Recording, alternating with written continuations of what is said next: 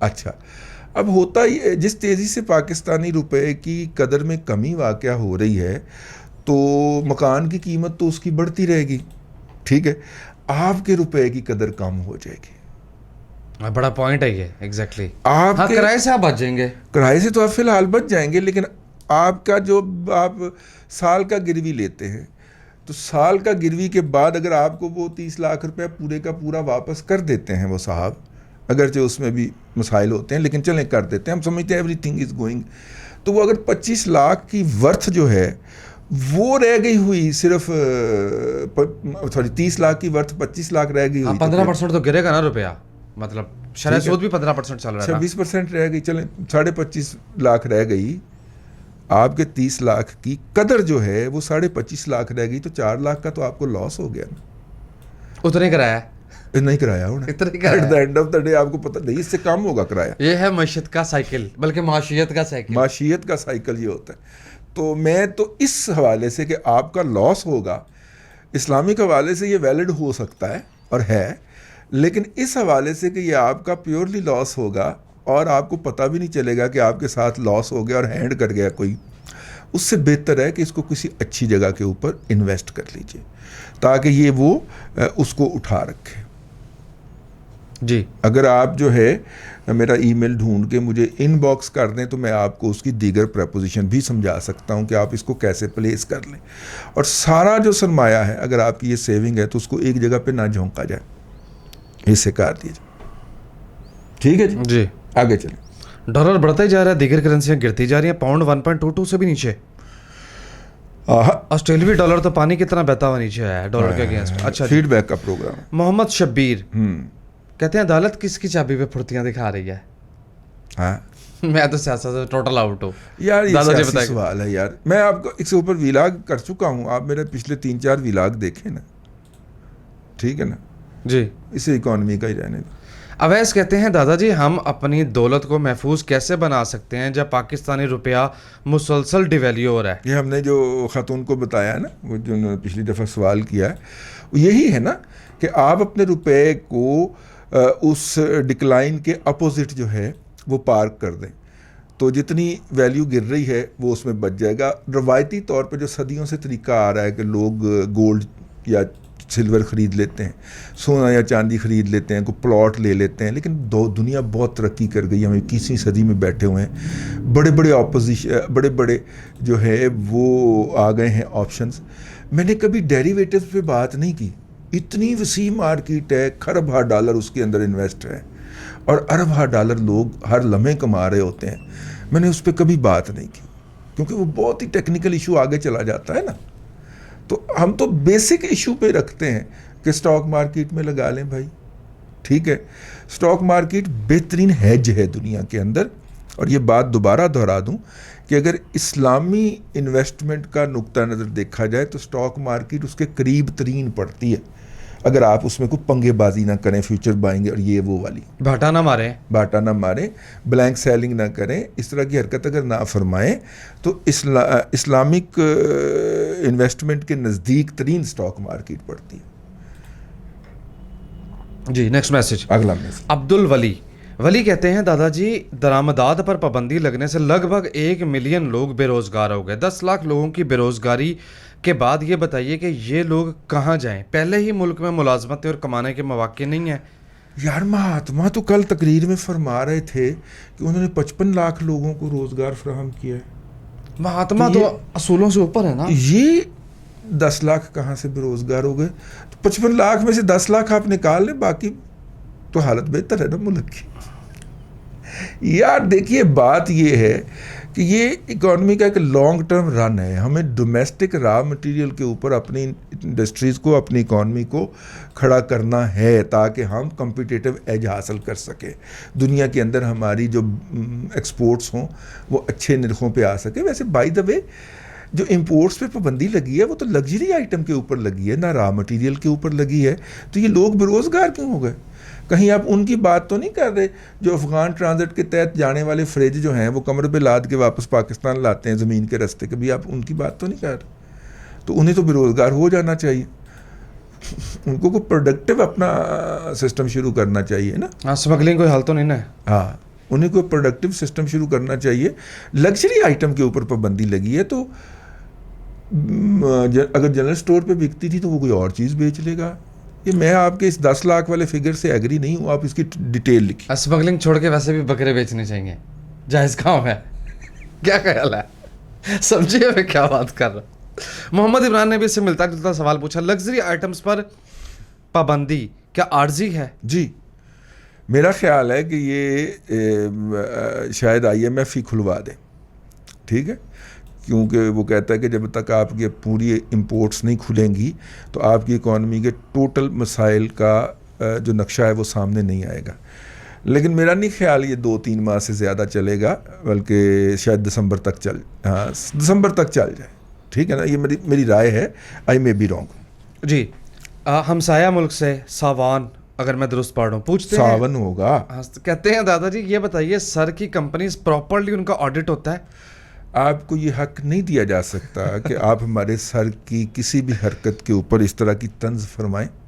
ٹھیک ہے, یس بھائی, اسٹاک مارکیٹ میں لسٹڈ جو کمپنی ہوتی ہے وہ آڈٹ بھی ہوگا, انٹرنل آڈٹ بھی ہوگا, ایکسٹرنل آڈٹ بھی, کوارٹرلی رپورٹیں جمع کروانی پڑتی ہیں. ادروائز اسٹاک مارکیٹ جو ہے اسے ڈی لسٹ کر دے گا. یہ بنیادی ضروریات ہیں. اور سر کی جتنی بھی کمپنیاں ہیں مطلب آلموسٹ آل جو ہیں وہ لسٹڈ کمپنیاں ہیں. اور اسٹاک مارکیٹ سب سے ہائیلی ریگولیٹڈ سیکٹر ہے پاکستان کا, سب سے ہائیلی ریگولیٹڈ. ٹھیک ہے نا, آپ جو ہے وہ ہم کیا سمجھتے ہیں ہمارے ساتھ, 1 روپے ادھر ادھر نہیں ہوتا. لیکن جو آپ نے اگلی بات کی, اتنی اندھیر نگری نہیں پڑی آپ نے کہا IMF سے آنے والے پیسے جو ہیں وہ سر کی کمپنیوں کے لاسز کے لیے بیلنس شیٹ میں استعمال ہو جاتے ہیں. یار اس کا مطلب ہے انڈیا میں بھی ہماری طرح کی معاشی جہالت پائی جاتی ہے. خوشی ہوئی سن کے, یہ میری طرح آپ کا بھی کھانا خراب ہے, یہ سن کے مگیمبو خوش ہوا. ہماری طرح آپ کا بھی کھانا خراب ہے. ٹھیک ہے, علمی حالت ادھر بھی یہی ہے. جی اچھا, نیکسٹ 2 میسیجز جو ہیں وہ کتابی ہے, اکیڈیمک سوال ہیں. مستحب عمیر کہتے ہیں جنہوں نے اپنی فیملی پاکستان میں کیوں نہیں رکھی؟ جنہوں کی فیملی تھی نہیں, ان کی بیگم بچی کو لے کے ان سے الگ ہو چکی ہوئی تھی. ہیں دینا کو ویلکم نہیں کیا انہوں نے پاکستان؟ نہیں, آئی تھی ملنے کے لیے, انہوں نے کہا میں نے ماں کے ساتھ رہنا ہے, تو وہ رہی. اچھا دلچسپ بات یہ ہے کہ گاندھی جی کے تینوں بیٹے بھی ہندوستان میں نہیں رہے. انہیں پتا تھا ادھر کیا ہو رہا ہے, انہیں پتا تھا. لیکن یہ تو لڑائی تھی نا 2 طبقات کی جو اس وقت موجود تھے بر صغیر کے اندر. ٹھیک ہے نا, مطلب چلیں چھوڑیں, اب بچوں کو بڑے ہو لینے دیں, وہ خود ہی جان لیں گے. جی ٹھیک ہے نا, یہ 2 طبقات کی لڑائی تھی. جناح صاحب کی فیملی کا جو ایشو تھا اس میں it has nothing to do with politics. مطلب یہ ہماری لڑکی نکال کے لے گیا تو اب ہم اس کی بیٹی نکال کے لائیں گے, یہ والی لڑائی تھی. تو پارسیوں نے پھر لڑی. ٹھیک ہے, جناح کے لوگوں نے اس کا ساتھ نہیں دیا اور وہ لے گئے ان کی بیٹی. اس کو اس طرح بھی دیکھیے. لیکن میں اپنی بات پہ قائم ہوں, دونوں جو ہندوستان اور پاکستان بنانے والے لوگ تھے انہیں پتا تھا کہ دونوں ہی فارغ ملک ہیں, دونوں نے بچے یار ہی رکھے. ہاں دونوں کو پتا تھا. خیر, اکرام بٹ کا میسج بھی اکیڈیمک ہے. کہتے ہیں دادا جی ہم یہ سمجھتے ہیں کہ یہودی جو ہیں وہ راندہ درگاہ ہیں, لیکن پچھلے 200 سال سے ان کی ترقی اور انسانیت کی بھلائی کے لیے ان کا پیش ہونا کنفیوژن کریٹ کر رہا ہے. جنہوں نے آپ کو راندہ درگاہ بتایا ہے, انہوں نے آپ کو یہ نہیں بتایا کہ حضرت داؤد علیہ السلام نے اللہ تبارک و تعالیٰ سے وعدہ لیا تھا کہ تا قیامت دنیا کی بہترین دولت اور دنیا کا حسن جو ہے وہ یہودیوں کو دستیاب رہے گا. یہ بھی تو انہیں آپ کو پورا بتانا چاہیے تھا نا کہ اگر وہ جو ہیں راندہ درگاہ ہیں تو ان کے ساتھ اللہ تعالیٰ کا یہ وعدہ ہے. ٹھیک ہے, مطلب خوبصورت ترین لوگ وہ ہوں گے اور امیر ترین لوگ وہ ہوں گے. اور آپ نظر دوڑا لیجئے ہالی ووڈ کے اندر جو بھی آپ کو خوبصورت خاتون نظر آئے جس کو دیکھ کے آپ کہیں واؤ, ہیں واؤ والی خاتون نظر آئے, آپ اس کو جا کے چیک کر لیں. ٹھیک ہے, آؤ بس تھوڑے کو بہت سمجھے, خط کو تار سمجھو, پائن پورا پڑھ کے آیا کرو نا, دادے کو لاندے ہوتے. آگے چلو. جی نیکسٹ میسج خالد ستی سلام دے رہے ہیں, آپ کے میسج کا بہت شکریہ, اور 1-2 میسیجز جو تھے وہ میرے ادھر ادھر ہو گئے. خیر, ٹیوانا کے نام سے میسج ہے, دادا جی حکومتیں قرضہ لیتی ہیں, یہ قرض غیر تجارتی مقاصد کے لیے استعمال ہوتا ہے, سوال یہ ہے کہ سود کہاں سے دیا جاتا ہے؟ قرض پر سود ہے. دیکھیں آپ تھوڑا سا نا اس کے بارے میں سسٹم کو پڑھ لیں. ٹھیک ہے نا, حکومت کے قرض لینے کے 2-3 موڈ ہیں، 2-3 طریقے ہیں، 2-3 بہانے ہیں، 2-3 ہیلے ہیں، ٹھیک ہے. ایک حکومت جو ہے نا وہ قرض لیتی ہے اس بنیاد کے اوپر کہ یہ ہم یہاں پہ پل بنائیں گے، یہ ہاسپٹل بنائیں گے، یہ ریل بچھائیں گے، یہ میٹرو بنائیں گے، یہ سڑکیں بنائیں گے. ایک حکومت اس کے لیے قرض لیتی، ٹھیک ہو گیا. دوسرا حکومت قرض لیتی ہے، حکومت اس کے علاوہ اور کوئی قرض نہیں لے سکتی ویسے بائی دا وے ڈیولپمنٹ کا. دوسرا اس کے لیے حکومت قرض لیتی ہے، کس کے لیے بھلا؟ کہ وہ جناب ایک باندر بہ گیا سی ساری حکومت اس نے آ کے یہ منصوبہ بند کر دیا تھا، اور پہلے جب بند کیا تھا اس کی لاگت 100 ارب روپے تھی، اب جناب اس کی 140 ارب روپیہ ہو گئی ہے، تو 40 ارب روپیہ اب قرض لینا پڑے گا، کیونکہ سرکار نے تو 100 ارب روپیہ اس کے لیے ایلوکیٹ کیا تھا کہ ادھر سے آ جائے گا، ادھر سے آ جائے گا، یوں ہی ہم 100 ارب کا پروجیکٹ کر لیں گے. تو باندر نے اس کو روک دیا تھا تو اس کے ہاتھ میں اس طرح آ گیا تھا، اب اس کی کاسٹ جو ہے وہ 140 ارب ہو گئی ہے. ٹھیک ہو گیا جی، میری بات سمجھ گئے نا. دوسرا یہ. تیسرا، جب حکومت لین دین کے اندر آتی ہے نا، باہر سے چیزیں درآمد کر رہی ہے ڈالر ٹرم کے اندر اور پاکستان سے چیزیں ایکسپورٹ کر رہی ہے، تو جو درآمد جو ہوتی ہے وہ جب برآمد کے سے 100 گنا یعنی دگنی ہو جاتی ہے، تو پھر باقی کے ڈالر باہر کہاں دیں، باقی کے ڈالر کیسے ادا کریں؟ تو ان ڈالر کی ادائیگی کے لیے پھر حکومت جو ہے وہ IMF کو لے آتی ہے. IMF کو کہتی ہے ہمارے کھاتے تو سیدھے کرا یار، کاروبار نہیں چل رہا. IMF کہتا ہے کہ اچھا یہ آپ کو پیمنٹ آنی ہے اگست میں اور یہ ضرورت ہے آپ کو جولائی میں، تو یہ ہم تھوڑے سے پیسے ڈال دیتے ہیں، آپ کا یہ جو لوپ ہے اس کو مکمل کر دیتے ہیں، پیسے ہمیں دے دیجیے گا. تو جب لوپ گھومتا دوبارہ سال بعد ادھر آئے گا تو پھر وہاں سے ہم پیسے نکال لیں گے. آپ وہ گھومتا راستے میں پیسے ادھر ادھر ہو جاتے ہیں پاکستان میں. نہیں ادھر ادھر نہیں ہوتے. ہم صرف طریقہ ہائے قرض کے اوپر بحث کر رہے ہیں. ہاں، اصول کی بات ہو رہی ہے. جو مہاتما نے جہالت پھیلائی ہے نا وہ یہ ہے کہ یہ قرضہ لے جاتے، قرضہ کسی کی ذاتی جیب میں جاتا ہی نہیں ہے. ٹریجری اکاؤنٹ نمبر 1 ہے جس کو پاکستان کا قومی خزانہ کہتے ہیں، یہ نوٹ کر لیجیے. دنیا سے جو بھی پیسہ آتا ہے وہ ٹریجری اکاؤنٹ نمبر 1 میں جاتا ہے، جو اسٹیٹ بینک آف پاکستان میں کھلا ہوا ہے، حکومت پاکستان کا اکاؤنٹ، ریاست کا اکاؤنٹ، ریاست کا اکاؤنٹ. اگر صوبوں میں بھی جانا ہے تو پہلے اس اکاؤنٹ میں آئے گا، پھر ادھر سے صوبوں کے اکاؤنٹ میں جائے گا. وہ کہتے ہیں قرض اتارا ملک سارا نواز شریف کھا گیا. حالانکہ اسٹیٹ بینک نے 2003 کے اندر جب مشرف کا سورج سوا نیزے پہ تھا اور جب چودھری جو تھے یہ مشرف کے دائیں بائیں بنے ہوئے تھے، تو اس وقت جو اسٹیٹ بینک آف پاکستان نے ڈاکٹر عشرت حسین کی زیر سرپرستی جو رپورٹ چھاپی تھی، ابھی بھی پڑھی ہوئی ہے آن لائن، پڑھ لیجئے گا، ٹھیک ہے. اور انہوں نے ایک ایک ہیڈ بتایا تھا کہ یہ اس میں سے اتنے پیسے آئے، اتنے سروسز پہ لگے، اتنا چارجز تھے وہ اسٹیٹ بینک نے اور بینکوں نے لیے، یہ باقی جو تھے اس سے یہ اتنا قرض اتر گیا.